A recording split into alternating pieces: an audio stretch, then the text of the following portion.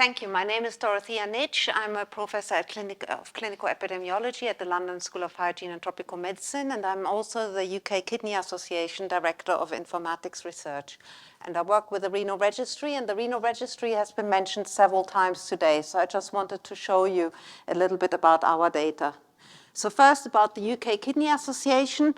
We are a large multidisciplinary association of many groups of people who work with patients who have kidney disease of all ages, young people, children, and older adults.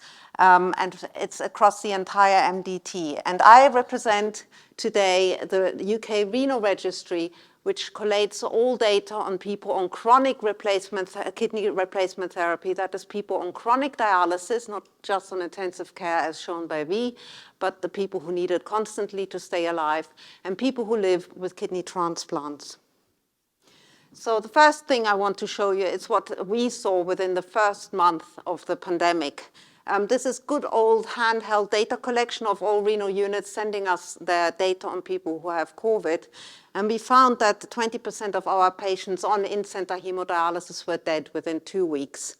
And so the death rate of our chronic dialysis population at ages 20 to 39 was 60 per 10,000, which was similar to over 80-year-olds in the general population.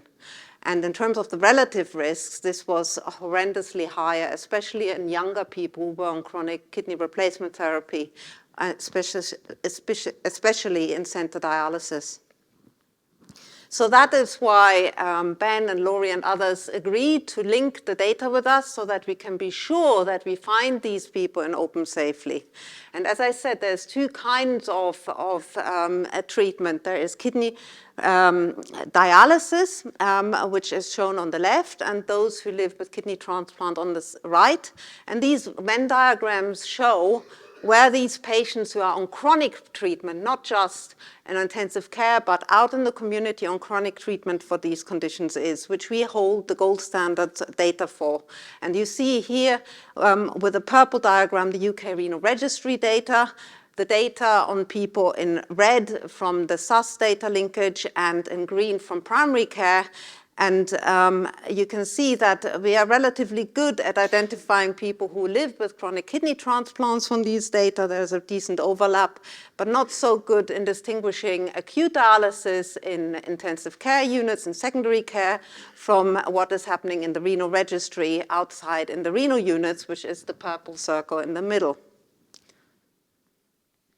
Okay, and in terms of sensitivity, the data that are held in primary and secondary care are excellent, so you get 90% and above in terms of sensitivity, but the positive predictive value isn't brilliant, especially in the oldest age group when it's below 74% or even lower, and secondary care data, because they look after acute patients, the positive predictive value is even lower, and it's slightly lower for women than for men. And this is because of the issue of prevalence. And you see in our renal registry data that the prevalence of kidney replacement therapy is age dependent, and that is lower for women than for men. And that drives these problems with positive predictive value.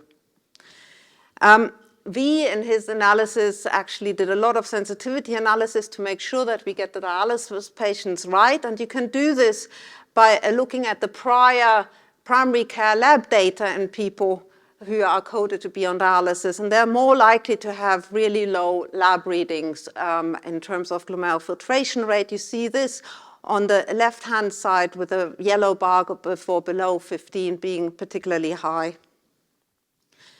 In terms of incidence, so getting the date right when somebody went onto chronic dialysis permanently, we really need data linkage to the kidney registry. So again, you see in these Venn diagrams, the gold standard being the UK Renal Registry in purple.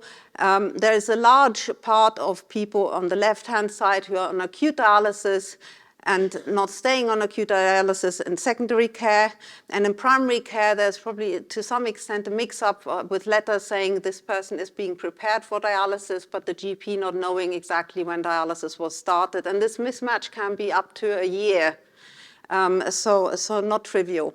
And with regards to kidney transplants, there is a big issue in secondary care that we can't really distinguish effectively between the donor and the recipient. And so we get these large numbers of people who have transplant-related activities, but they are not the people with a kidney transplant.